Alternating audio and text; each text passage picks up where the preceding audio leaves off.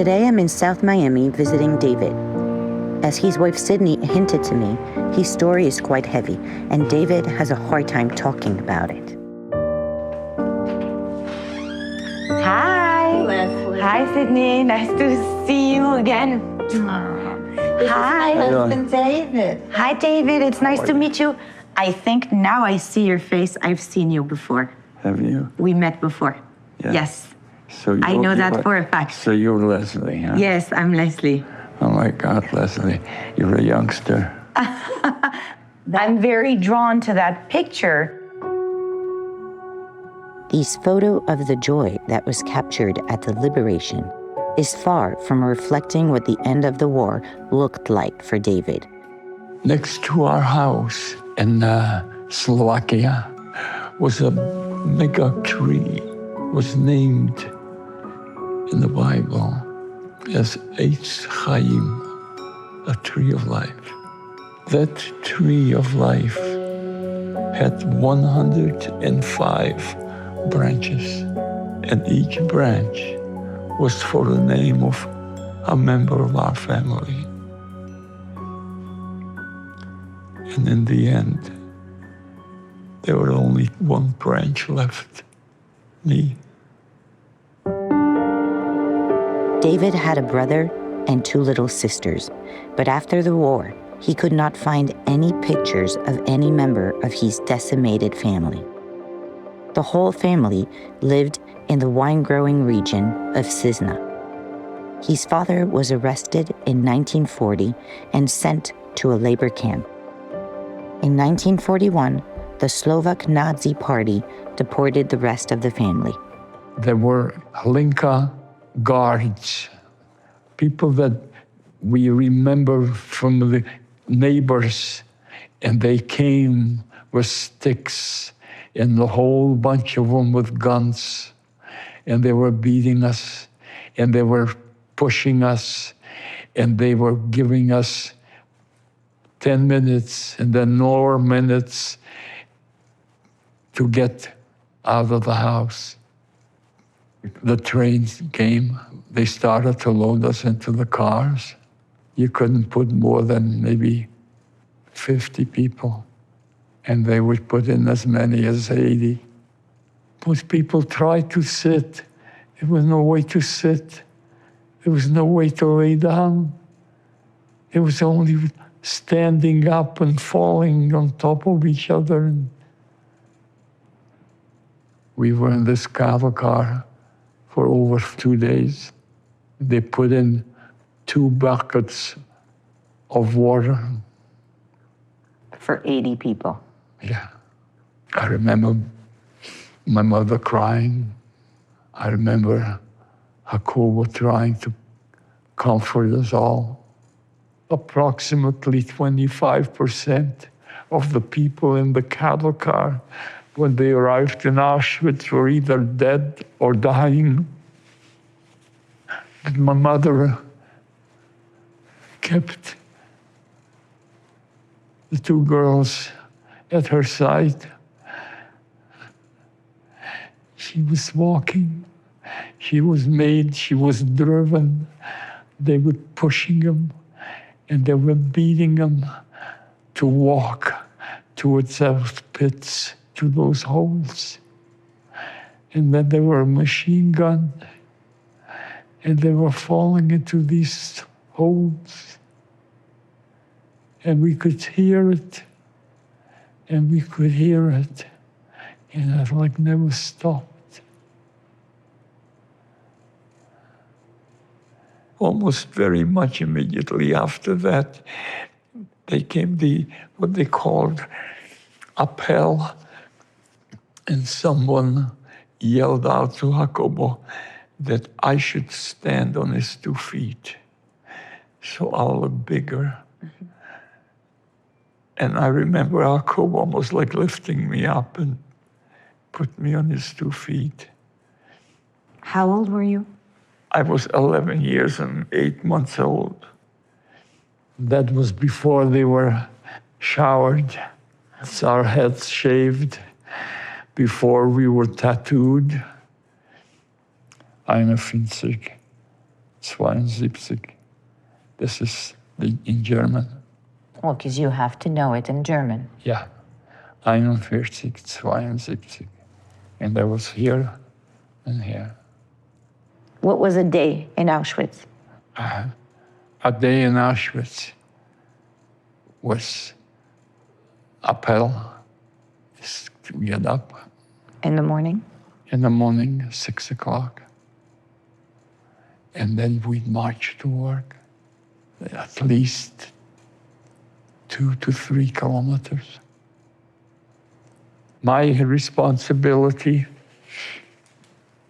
and Jacobo's responsibility was to work on the axle of the cars. We had to clean the wheels and the axle and then put the grease. I would go to pick up those goddamn canisters of the grease, and the son of a bitch would hand me one that was twice as big, and that I'd have difficulty in carrying and maybe fall and get killed. And Jacobo knew that. He went ahead, picked the type of grease that was in smaller canisters. For you to carry. Yeah. Thanks to the help of his older brother, Jacob, who was then 15 years old, David managed to survive 18 months in Auschwitz. Their commando had to clean at a hectic speed the cattle cars in which more and more deputies were arriving every day. They were then sent to Buchenwald to do the same work. David remembers well the daily trip between the camp and the town of Weimar, where the cars to be cleaned were located. And we would walk early at 6 in the morning. The people would come out of their homes with a kettle pot they would keep on their beds at night to relieve themselves. Mm-hmm. And they would throw it in our faces.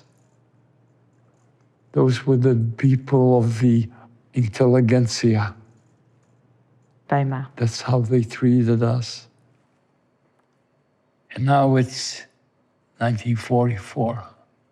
We're cleaning goddamn cars. The Germans are now aware they're losing the war. For us, it's actually worse because now they have to quick kill and kill more than they had the capacity to kill. So they go ahead and poison the pipeline of water.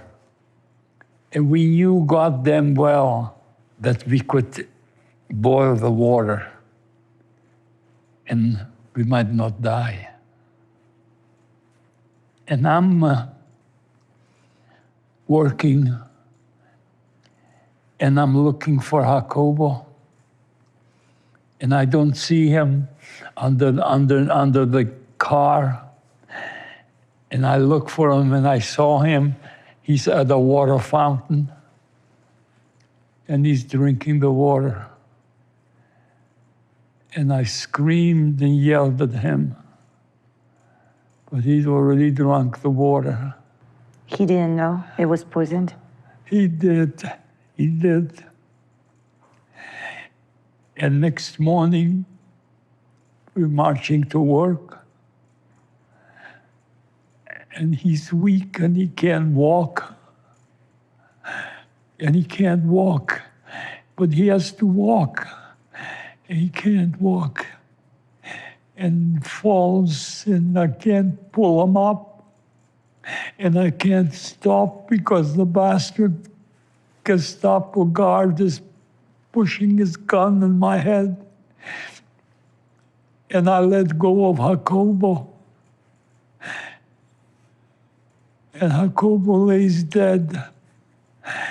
And then, within about 10, 20 seconds later, I hear the sound of a gunshot, and I knew that they shot him on the ground, and I never saw Jacobo after that. Maybe Jacobo felt that I can survive without him, because he said to me that he didn't want to live anymore. The Nazis then decided to send David's commando by train to work in another camp.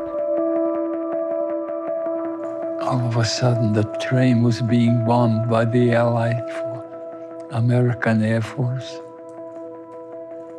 The train is on fire, and it stopped. I managed to jump out of the car, and I was running into the forest. And I was in that forest for more than 8 days. And then I was spotted. One of the soldiers was a Czech. And then he helped me and picked me up and carried me to what they called a field hospital. At the end of the war, David, who was then 15 years old, weighed only 83 pounds. He was the only survivor of the 105 members of his family. He was placed in an orphanage in Prague and remained there until the age of 20. David was then taken by the Jewish Agency to study in the US. There, he met his future wife, became an engineer, and had a career in industry. But he never forgot his older brother, Jacob. I feel that he's still protecting me, even after all these 70-some years. For me, Jacobo was everything. And when I was cold, and he was bigger, and I was weak, and I was hungry, and I was small, and I was, to say that he hovered over me is like such a minor expression, okay? Because he hovered over me, heart and soul. And even in the meanest of times, he tried to be so positive, okay? I remember he asked me once not to think about Mom and about Leah and Millie. He says, let them rest.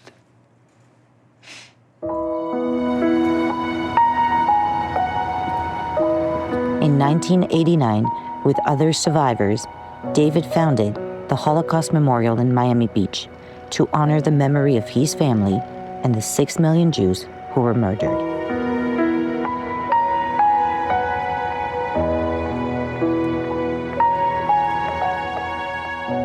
I think I feel that he's still protecting me, okay?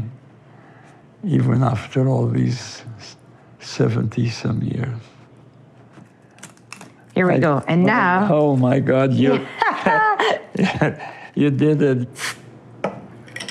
L'chaim. L'chaim. So, really, thank you for taking the time. Thank you for sharing your story. I told you I will make your story. I'll make sure that your story's told way after you, way after me. Thank you so much. You know what we say? Sei magazine. You stay gesund and stark, okay? Okay. Will you? Thank you.